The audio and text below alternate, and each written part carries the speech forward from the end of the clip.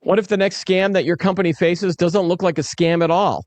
No suspicious emails, no broken sentences, not even a stranger. It looks like your CFO asking for a payment. It sounds like your CEO leaving a voicemail. It behaves like a trusted vendor following up on an invoice. These are real scams that are hitting businesses today, and we're going to dig deeper on this episode of Today in Tech. Stick around.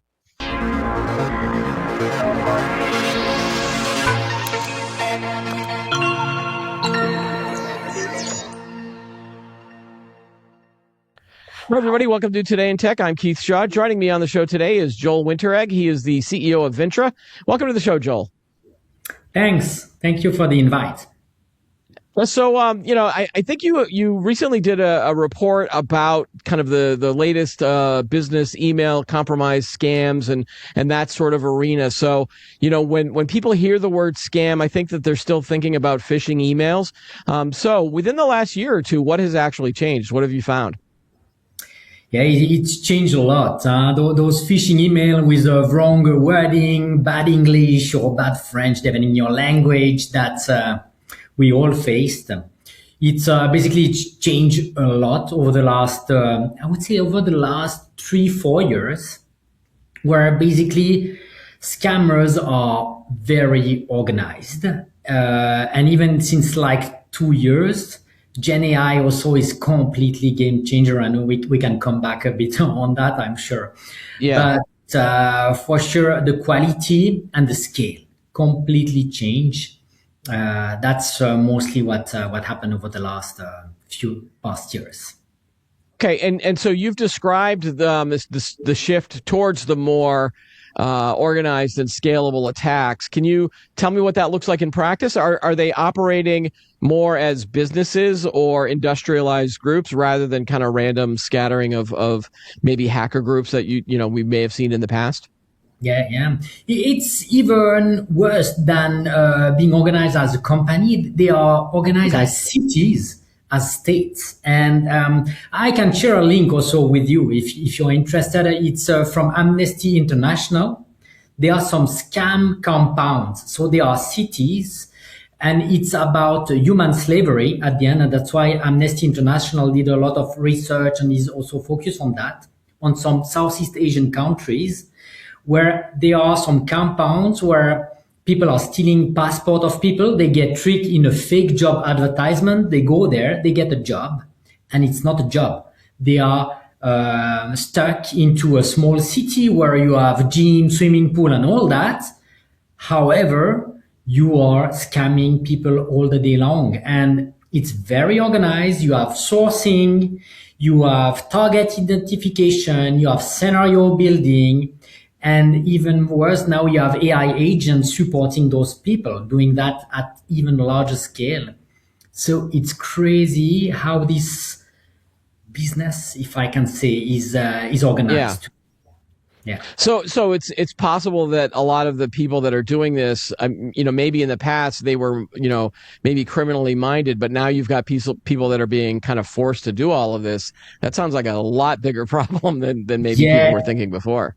Yeah, definitely. And that's why guys like Amnesty International are targeting that, are looking at it, because you've got criminals owning that, but then you've got poor guys that cannot escape anymore, that were trapped in a good job advertisement and that are stuck in those compounds. And that's really a nightmare. Yeah. That sounds like a big problem. But moving on to the just kind of the idea of the business email compromise part, like how has that really evolved too? And maybe from like 5 or 6 years ago. Because I think there's a I think you had a report about this where it's not so much where they're just kind of scattering and just trying to find an in somewhere. Like they're really targeting specific people and specific processes and things like that. Can you explain what that is? Yeah, happy to do so. And we can also share the link on these reports. But sure, we can. Basically, it's all about having the right target, the right scenarios. And like 4 years ago, a great business email compromise was making sure that you compromise an email. What does it mean? It means that you got the ability to access the CFO email on Exchange, Outlook Exchange, or some companies are leveraging Gmail or some or other platform, that you've got the ability to steal his password, to log in, and then have an internal conversation with the CEO, with needed people to basically wire a good payment. So that was like, a bit of technical skills. You need to be able to get password in a way to then use maybe phishing to get password, stuff like that. Then have a conversation, then have a realistic plan to wire a good amount, because you don't do that. You don't spend that time for a few thousand USD. Yeah. Nowadays, you don't even need to compromise an email anymore. You just, with one or two email without answer, you organize a call. And you get MS Teams call, like half of the planet is using. And basically, you get a fake CFO on screen, because it's so easy to have such conversation today. What is telling you I'm real could be just AI generated video and things like that. So basically, that's some of the activities going on, putting people on pressure, stressing them, making sure that they are under stress, and then they take quick and dirty decisions. And with video call, it's so hard. Imagine I'm coming with a dramatic scenario to talk to you. You won't start asking me, okay, please move your hands to do, the basic check if I'm AI generated or not. Right. Right. That's basically what makes then business email compromise, or let's say more like video conversation, a big issue for companies. Right.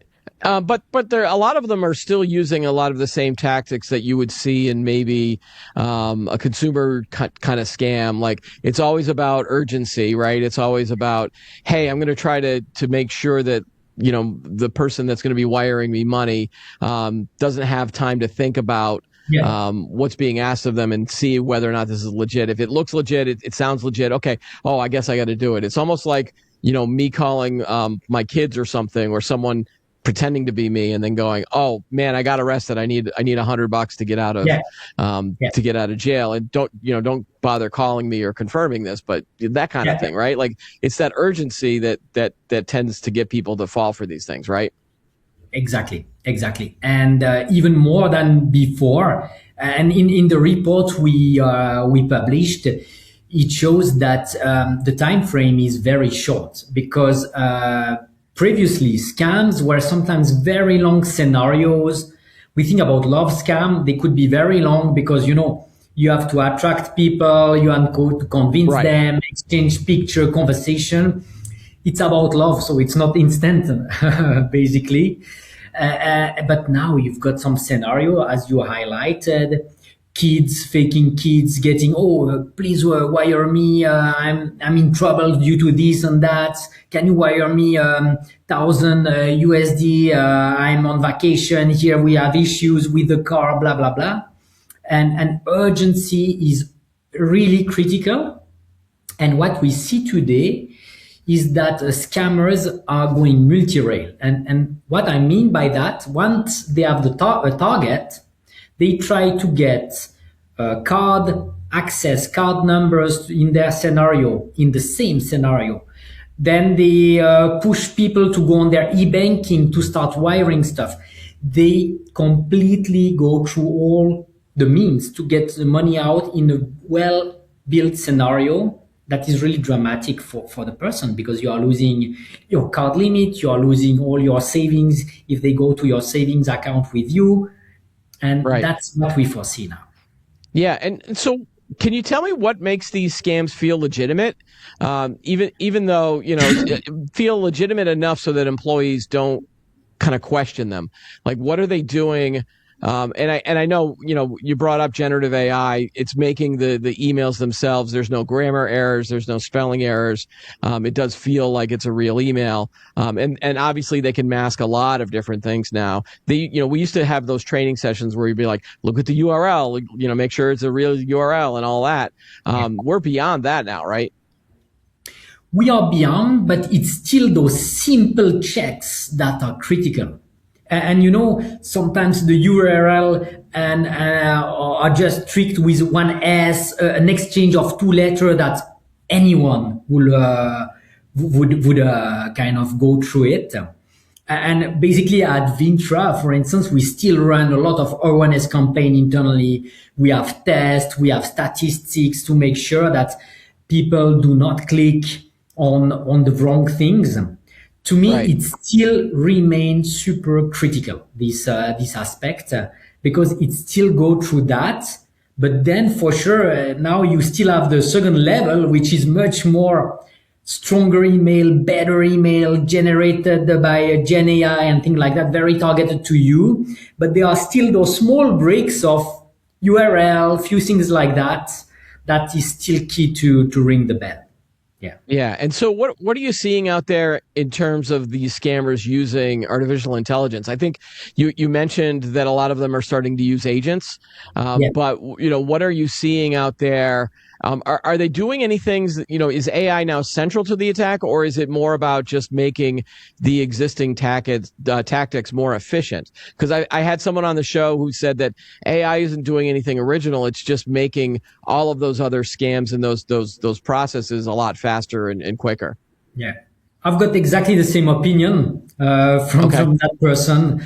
That Yeah. it's not like it's completely changing things. Maybe with the video, this is new, and before we were trusting a lot video calls, and you don't question is kiss really kiss, and is it? That was not really common. This is new. However, all the rest is really bringing targeted content to people, targeted scenarios with, even asking ChatGPT or unavailable services to build you a scenario for speaking to someone easier to help and to do that. And basically that's what is leveraged at really great scale today.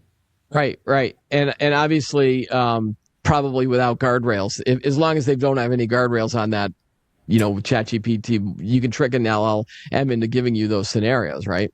Yeah, unfortunately, Yeah. and sometimes they don't want to tell you, and then you ask ChatGPT, say, "I'm a journalist, I would like this and that," and then it's very hard to put guardrails on that. Very hard. Yeah. Yeah. Just so that I'm real, I'm going to do the whole hand in front of the Thank face you, thing. thank So, you. Just to be um, sure.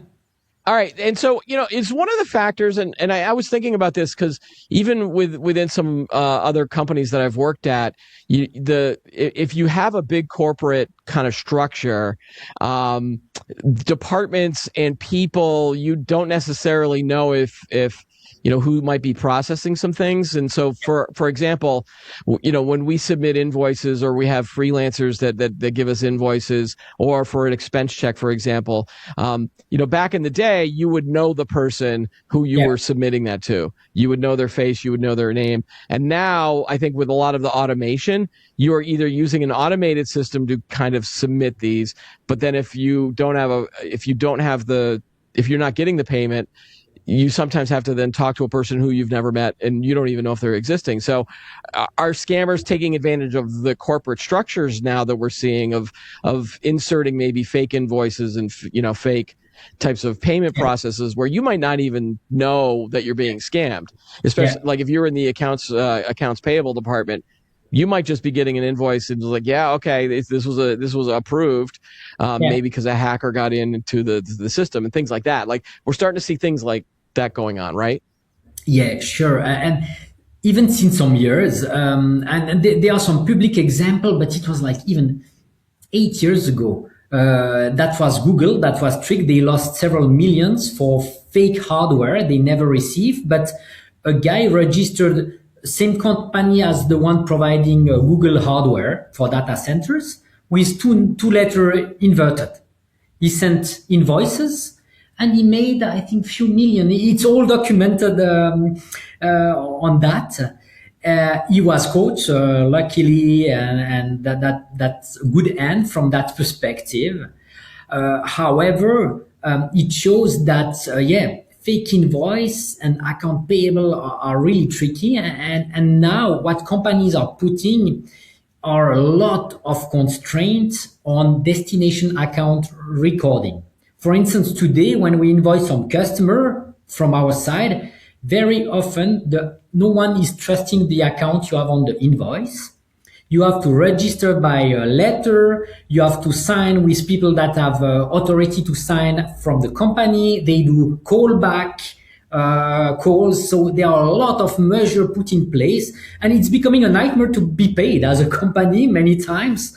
If you Sure. open a new bank account because you trade USD now with that bank and euro with that bank, yeah, for sure, you're gonna spend 3 months of updating your account details.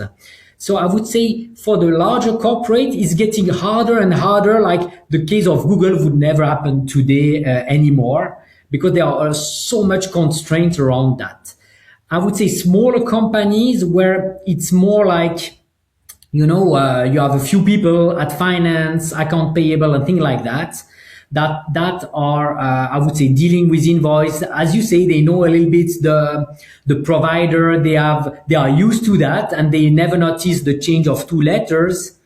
And basically, they send the wrong amount. They settle the amount on the wrong account. I would say smaller companies are more prone to that, and with the risk that we become all bureaucratic like crazy for that.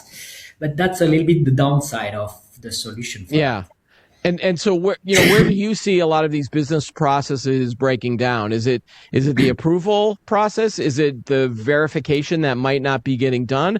Or is it just a lack of communication between everybody because of that urgency? Like maybe if there's an urgency to it, some of those processes get skipped. Urgency, yeah, you got it right. Basically, Yeah.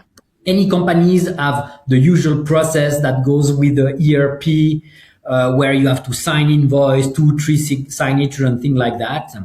And you always have the urgent process where, okay, we forgot that invoice. It went through the sleep. It was not approved. We are late. It's going to delay this big project because we won't have this hardware or this and that in the next few weeks. And then you have quick approvals where you can upload directly the payment to the bank. You don't go through the ERP. I mean, any company is having such process, and that's the trick scammers are using, leveraging stress, commitment from people to make it happen. And that's where the weakness rely. Yeah. Can an employee in a company realistically detect a lot of these scams now, or has that expectation become outdated that we definitely need to up our game in terms of being able to recognize whether a request is legitimate or not? Yeah. My thinking, but it's really my view. That's fine. That's why I had you on the show. I think the employee, the company, they have a responsibility, and awareness is key. We need to be careful with the risk of becoming a big bureaucracy to get paid. That's to find this right balance. I also strongly believe that the financial intermediates, they also have a part of the responsibility. So I mean, the banks, the payment network you are connected to, they have a part of responsibility, and it would be to me too much just to put on the corporate, on the customer, because realistically speaking, it's so hard to detect some of those. So Yeah.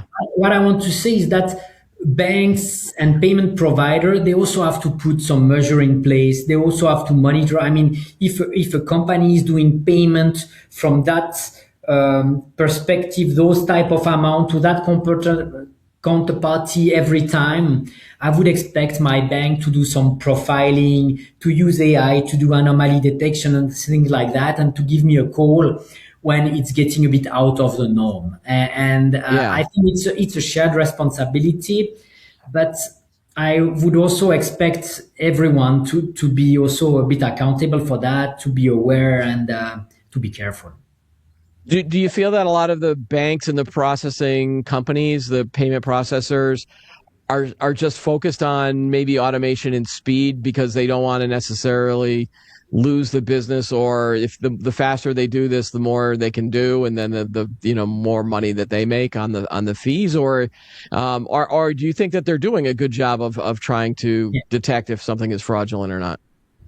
It's starting to change.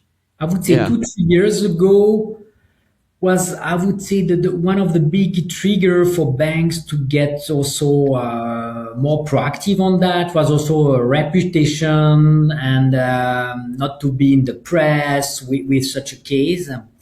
And now it reaches a scale where it's really to protect the customers and to work together. And to my view, it's going to be, I would say, a vital banking services where in a few years you won't onboard in a bank without being sure that they have proper anti-fraud control, anti-fraud AI monitoring in place, because it's going to be like having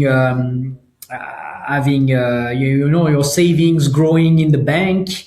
It would be the same with cyber security and Yeah. fraud. So I think banks are going that direction. They're also a bit pushed by regulators. You've got some regulations such as in UK that are forcing the banks that are wiring scams by mistake. The sender and receiver, they have to reimburse both. So it gives a lot of compliance pressure Yeah. also to help customers. So there is compliance helping, but banks are also moving more in that direction.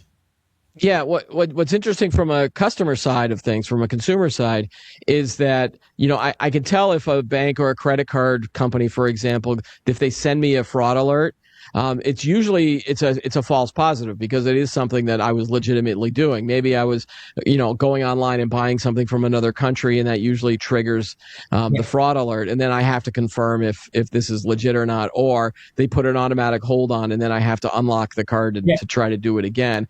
From a consumer perspective, that seems annoying, but I suppose I'm glad I'm at least protected. I never actually get the alert when an actual fraud might be happening, which is, knock on something. I'm glad that that's actually not happening.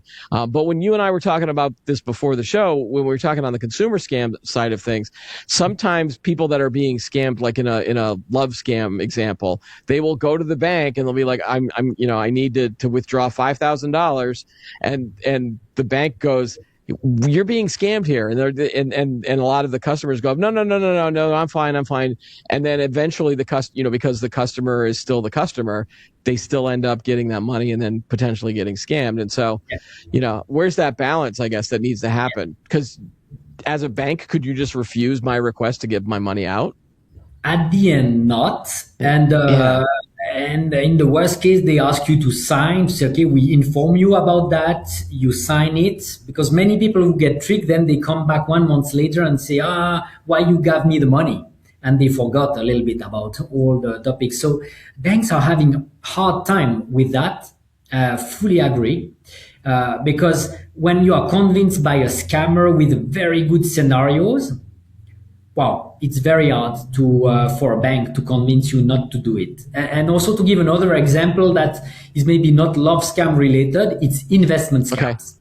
And investment scams are just guys that build a fake website with login, credential, two-factor authentication. You feel like on an investment platform with security, but it's just fake graphics. It's just a guy changing the graphics every day to show great performance. You start putting 5,000, 1,000, you put 10,000, say, wow, it's a great platform, great result. And you end up having your usual bank telling you, why are you wiring so much money there? And sometimes they even know that the counterparty is a mule or a scam account. Then how can your bank explain you that, hey, you should not invest there because they have crazy performance? You should keep Right. the money in the bank. Everybody say, yeah, they try to convince me to stay there because their performance are crap. Look at what I got on my banking app I just onboarded. The performance are great. So how can your bank convince you not to wire that amount to that platform where you think you have superior performance with your asset? It's very, very hard. And I think those type of use cases are easy to build also from a technology standpoint. It's just fake website and a mule account somewhere. And basically you make sure your real customer believe your fake website is true and that their money is growing a lot. Very hard to Yeah. stop. Very hard to stop with the bank. Are you seeing more and more of those sites come up as maybe, because they can appeal to people in different ways? It's not just a one-time thing. Maybe they're just building it up for like a long con, and Yeah. then, so you think you're doing really well, and then one day all of your money's gone, right? Yeah, yeah. One day the website is not here anymore, and say, "Wow, my banker, my retail banker was true. It was just wrong." And it happens a lot. It happens a lot in the last 2 3 years. Um, I think it still continue, but I would say it's a good balance with also all the other more CEO fraud and things like that, where I would say scammers are trying to get a maximum amount in a very short time frame. This is a little bit longer. Longer Yeah. means you may get the guy just put 10,000, 5,000, and then disappear because he understood it was a trap. So we see now scams getting a little bit more into like short-term stuff, bigger maximum in the shortest time frame. And Okay. that's a All bit right. what is showing our report is a bit that pattern of, okay, maximum in the short time frame. Yep, yep. Okay, I want to switch gears a little bit and talk about what needs to change. What's the biggest misconception that companies have about business scams? I'm going to take a guess, and you tell me if I'm right or wrong. Is it just that they feel like they're not going to be scammed? They have the right people in place. They have the right processes. Is it more of just of an ignorance thing, or is it something else out there that businesses might think about this? Or it's like, if we get scammed, we'll just write it off. Maybe that's another misconception they have. Yeah, to write it off, it's more a rich mindset, maybe, to say, okay, let me write it off. And it's always painful for the guy who did it wrong, but not on purpose. It's painful. Then very often you have HR coming to you, you have warnings, and you just try to help someone that you truly thought it was the right guy. So I would say also from a human perspective, it's not great at all. And I would say the misconception is maybe, oh yeah, we've got very strong processes. We've got an ERP that has a purchase order approach with invoice. We are safe.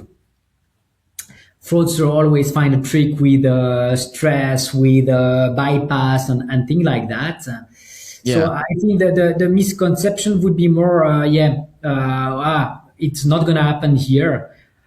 Really, awareness is key. Training employee, having campaign, internal campaign, talking about it. Even on our side where we are fraud experts, every quarter I got invoices that from the accounting team ask me, "Hey, Joël, why are you doing this leadership training in US? Hey, what's about this?